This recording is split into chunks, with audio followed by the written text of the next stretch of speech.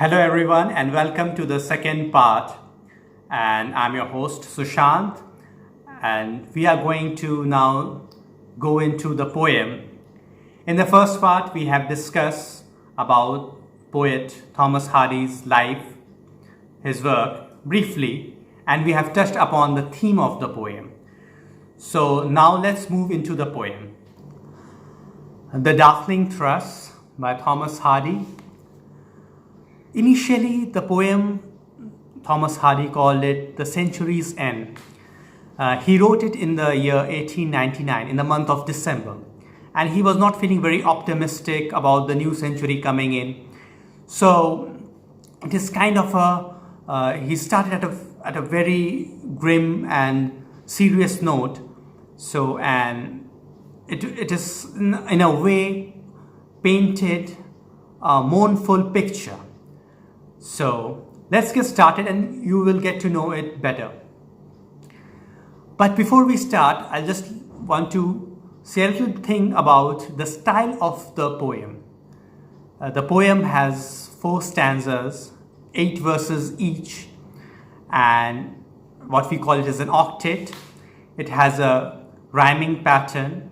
It follows the pattern A, B, A, B, C, D, C, D. This is a common term, where the first and the third line shares the same rhyming pattern, the second and the fourth shares the same, and so on and so forth. So let's get started.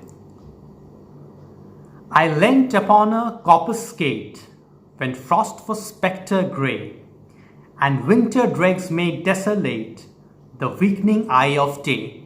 So let's take the first 4 lines. As I mentioned earlier, the picture he painted initially was pretty grim, and he, from the very word go, he did that. I leant upon a coppice gate. So the poet says that he's leaning on a gate which is opening towards the woods. So as I mentioned in the part 1 of the poem, that a poet or an artist, where he lives, plays a significant part in his work. So also here you will see that in the very first line it mentions a forest. Probably he saw that thing when he was growing up in his village. A nearby forest was a place covered in greenery. So however, the greenery here is covered by something else. Let's see what it is. I leant upon a coppice gate when frost was spectre-grey, and winter dregs made desolate the weakening eye of day. There were frost, there were ice there, and it was giving an impression of a ghost-like spectre-grey, so making the place looks like a ghost. Everything was covered with ice. The winter dregs, heavy snowfall, all the trees and the ground and everything was covered with snow. After all, it was winter time. It's winter in northern hemisphere in the month of December. And winter dregs made desolate. Everything looked so lonely. Nobody to be seen, any animal, any vegetation probably, and nobody was there. The weakening eye, the winter dregs made desolate the weakening eye of day. What is the eye of day? This eye of the day is the sun. The weakening eye means the power of the eye has gone down. So it is the dusk time. It is the twilight time. So let's move to the next lines. The tangled bine-stems coat the sky like strings of broken lyres, and all mankind that haunted nigh has sought their household fires. Now he pictures a more grimmer picture now, and the isolation, the loneliness.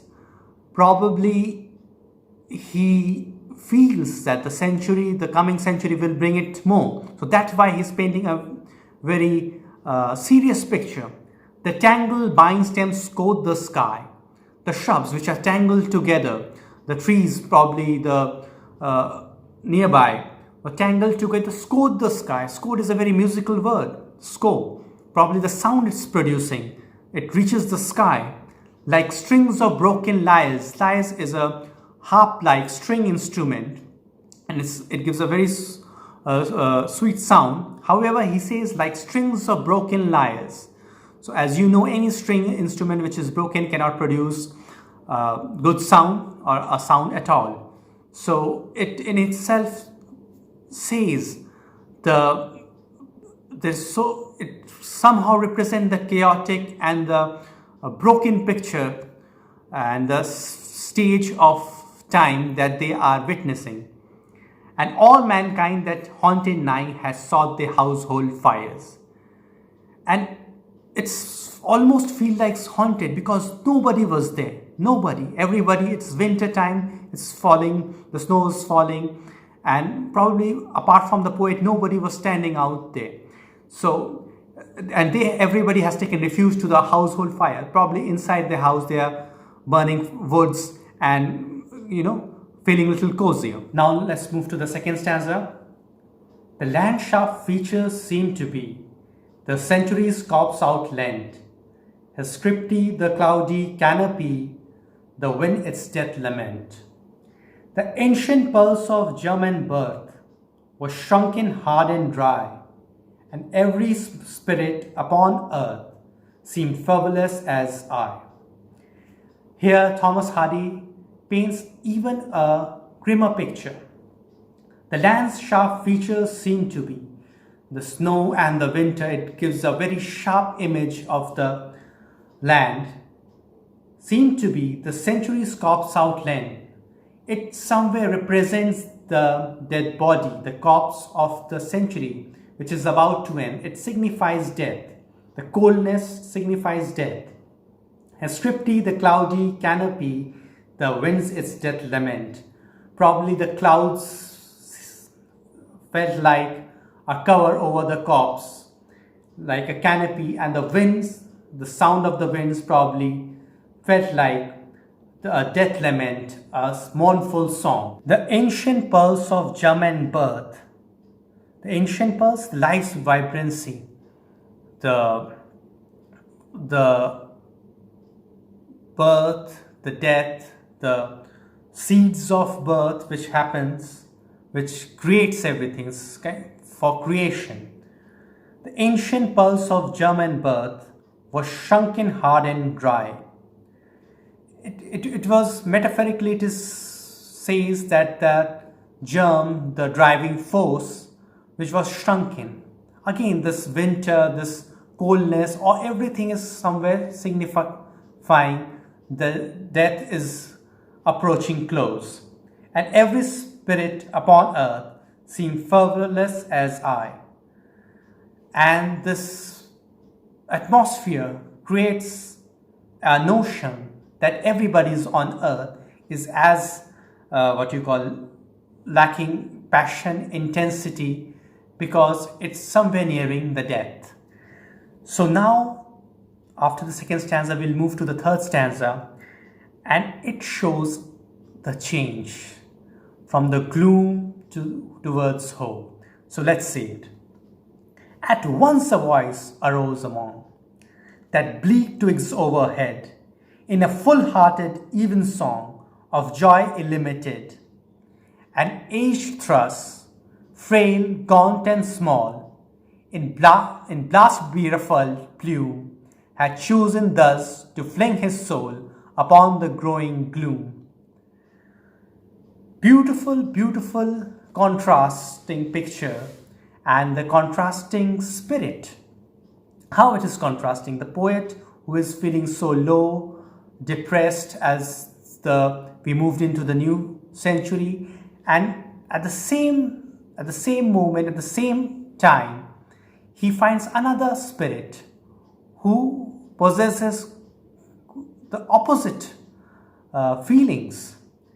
At once a voice arose among the bleak twigs overhead. He suddenly hears a sound, a song, a voice among the charmless, the bleak twigs, charmless woods, in full-hearted evensong. What is an evensong? You must have heard it in the church, the Anglican church, in the evening prayers. There's songs there. It's just, the voice felt like that. Evensong of joy illimited. It was full of joy, limitless. There was full of joy and warmth in this. And who was singing? We find out. an aged thrush, an old thrush, a bird, an aged thrush, frail, gaunt and small. He was old, weak, grim and lean, in blast-beruffled plume, in almost a disarranged old feathered bird, had chosen thus to fling his soul upon the growing gloom. In spite of all the gloom, all the darkness, all the pessimism, and generally birds migrate to warmer lands during winters. So, but he stays there, and he stays there with an optimism. He was singing in a joyful song. So, the stanza brings a change from the gloom the poet was feeling, and this bird was full of optimism. So we come to the last stanza. So let's go ahead. So little cause for carolings of such ecstatic sound was written on terrestrial things afar and nigh around, that I could think there trembled through, his happy good night air, some blessed hope whereof he knew, and I was unaware. So little cause for carolings. Carols, we sing Christmas carols and songs of such ecstatic sound, some overwhelming joy, full of that sound of the thrush. It was full of so much of joy, and it felt like a carol, and he could think what may be the cause, little cause, what kind of a cause it could be. So little cause for carolings of such ecstatic sound was written on terrestrial things, afar or nigh around. But how he couldn't comprehend that on an earthly event that could bring out so much of joy and this kind of a singing from this little bird, that I could think there trembled through his happy good night air, some blessed hope whereof he knew, and I was unaware. Poet totally was marveled at this blessed soul. He said that I could think that trembled through his happy good night air. Probably out of habit, he was saying farewell to and going into the night, just like birds sing in the evening, and probably because of just of that. But probably some blessed hope whereof he knew. The bird probably has some hope for the future, and I was unaware. The poet says this little bird who is so full of hope and optimism, and I lack that. I'm not aware of it. What optimism the bird chooses. So lastly, we have done with the poem. This was a beautiful poem by Thomas Hardy. It had a lot of emotions, from hope to despair, from despair to hope, and it shows how something we feel so insignificant, a small bird, could have such an impact on our lives. So I'll suggest that you go through it again if you feel that you are in some way you are not able to understand any part of it, and if you are not able to, do let me know in the comment section so that I could take that up in the comment section, and also give your love or feedback, and have a good day.